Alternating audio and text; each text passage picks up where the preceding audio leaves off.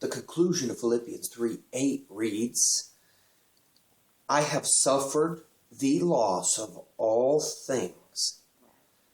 This is not a prayer request. This is a praise report. This isn't time for the church to get together and send a sympathy card to Brother Paul. Tell him we hope that everything turns around for you. I'm really praying for you. And God's grace is sufficient. No. Paul stands up to give a testimony. He says, I have suffered the loss of all things, and to count them but dung, that I may win Christ. You know, Paul had many, many answers to the dilemmas of life. Paul had been a deeply rooted religious man, a Pharisee of the Pharisees, he said, a student of Gamaliel. He could quote the entire Pentateuch from Genesis to Deuteronomy.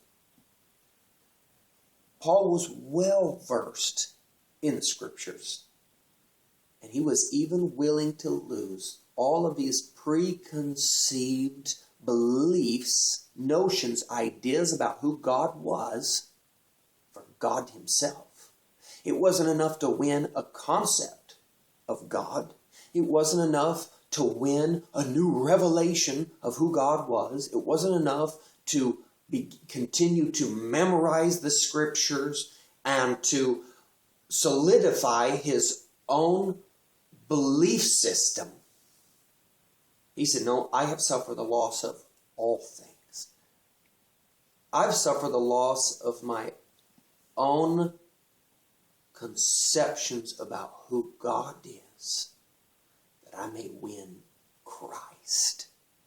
When Jesus Christ entered the scene, the many complexities and mysteries that confronted him, the many demon-possessed that were on the scene when he arrived, the many crippled, the many who were desperate for a miracle in their life, he had but one answer, and that was himself. He always brought men back to the point of a personal relationship with himself. A father comes to him, falling down his feet, and says, help my son. And by the time Jesus is done speaking with him, that man says, Lord, help me. Jesus always brings us back to that point. He brought Paul back to that point here.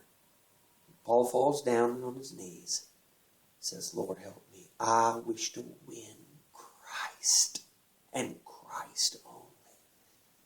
I don't know about you, but give me Jesus. You can have all the world, but give